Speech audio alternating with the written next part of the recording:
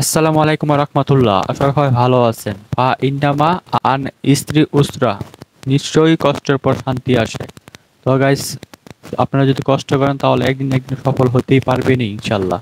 তো আমি কাজ থেকে এসেই প্রথম দেখলাম যে আমার মুরগিগুলো অনেক খাবার নাই এবং কেউ অপরিষ্কার ঘরের মধ্যে। তাই তাড়াতাড়ি করে কম সময়ের মধ্যে তাড়াতাড়ি করে ঘরটা পরিষ্কার করে এবং কি ঘরটা ভালো করে ঝাড়ু দিতে দিতে তারপরে খাবার দিব আর কি।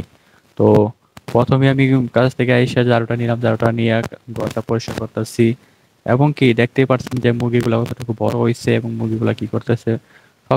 সবকিছু অগোছালো করে রাখছে, মুরগিগুলো সব উল্টায় পাল্টায় ফালাই রাখছে, যে খাবার নাই দেখা এগুলো রাখছে। তাই আমি এগুলা ঘরটা আগে ঝাড়ু দিয়ে তারপরে আগে অল্প কয়টা খাবার দিচ্ছি, কারণ মুরগিগুলো অনেক বিরক্ত করতেছে, ঝাড়ু দিতে পারতেছি না ওদের জন্য।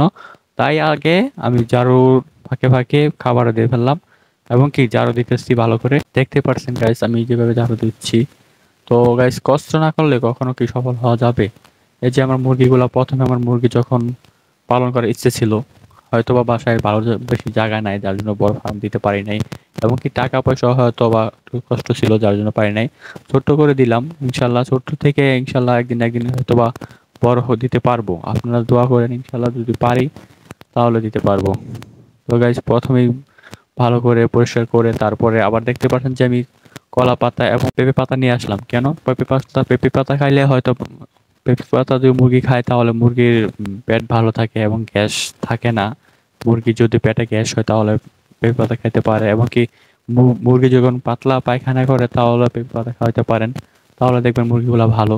দেখেন আমি পাতাগুলো দিলাম কিভাবে খাচ্ছে, কি সুন্দর করে খাচ্ছে। আবার এদিকে আমার ভাতিজা